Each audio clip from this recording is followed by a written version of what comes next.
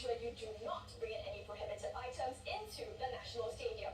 This includes glass bottles, canned goods, or any sharp items that can be used as a weapon. And with the celebrations being classified as an enhanced security special event, even banners and apparel with offensive messages or images will be banned and disposed. So save yourself all the trouble, just bring yourself, your ticket, and all your energy. Once you've made it up one final flight of stairs, here's your last checkpoint before you enter the venue. The gates to the National Stadium. You can enter from any gate, so you won't have to worry about finding a specific one. And before I let you go, here's the final thing you should do. Get past these gates, collect your NDP pack from under your seat, and have a great time. Enjoy! A new garden being developed at Enabling Village aims to create more job opportunities for persons with disabilities, including roles in childcare, guiding visitors, and running learning journeys. Organizers hope the model can eventually be expanded beyond the village as Singapore works towards having 2 in 5 working-age persons with disabilities employed by 2030. Cheryl Xiao reports. At 28, Jerry has already survived 2 brain aneurysms, and today he is thriving in his job at food tech company nki-b, taking on the role as one of the garden's guides. He'll tend to plants and lead visitors through the space. It's an example of efforts to create more varied work options for persons with disabilities, including those who may find a busy restaurant environment overwhelming.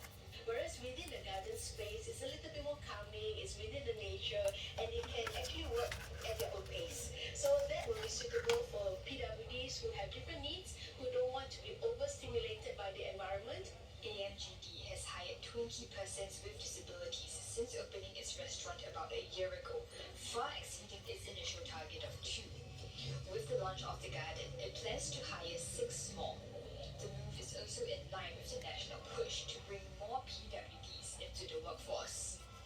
Under Enabling Master Plan, actually we have an ambition to reach 40% employment rate for persons with disability by the year 2030. We're working very hard towards the target. Today we are at 34.7%. Steady progress is being made, but initiatives like this, add on to the number of opportunities that our persons with disabilities could have in the community, in society. The garden is also meant to do more than create jobs. SJ Enable calls it a breakthrough on 2 angles. That persons with disabilities can take on more visible public-facing roles, not just as recipients of support, but as guides and contributors. It also enriches offerings within the Enabling Village. In the last year, we've already had more than 6,000 people come through the Enabling Village just to learn about inclusivity. So this will enrich their experience as well. The other thing is we have a model here.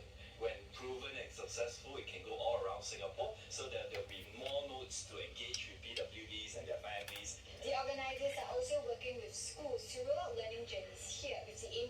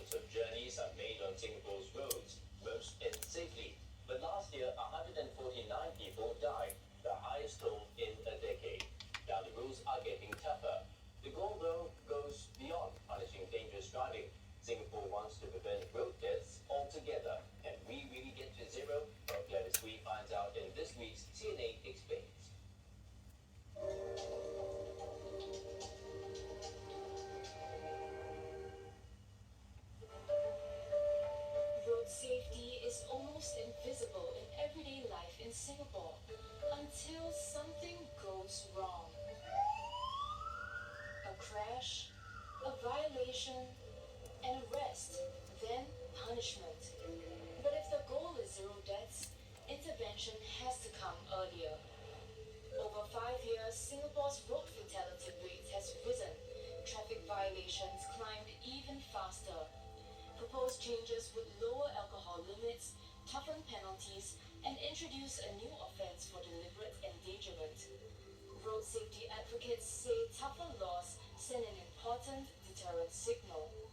We want to keep our Singapore roads as one of the safest in the world, as well as a deterrent messaging, a strong deterrent messaging to the road users. So this is and I mean keeping the law relevant to current changing road safety landscape. But laws and cameras can only do so much. Install cameras can pick up near misses. Ultimately, no camera, no sensor, no piece of legislation can replace personal responsibility. One proposed change targets distraction more directly.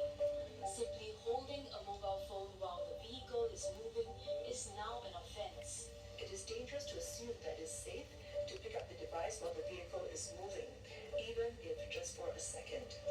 What we're aiming for is a collective change in driver mindset and habits to minimize distractions while on the road. But what if road safety was designed around the fact that people will make mistakes? That is the thinking behind Vision Zero. First adopted in Sweden, it starts from a simple premise. A mistake on the road should not cost a life. And Singapore is already moving in that direction. The stakes are especially high for older road users. Last year, they made up 3 in every 4 pedestrian deaths.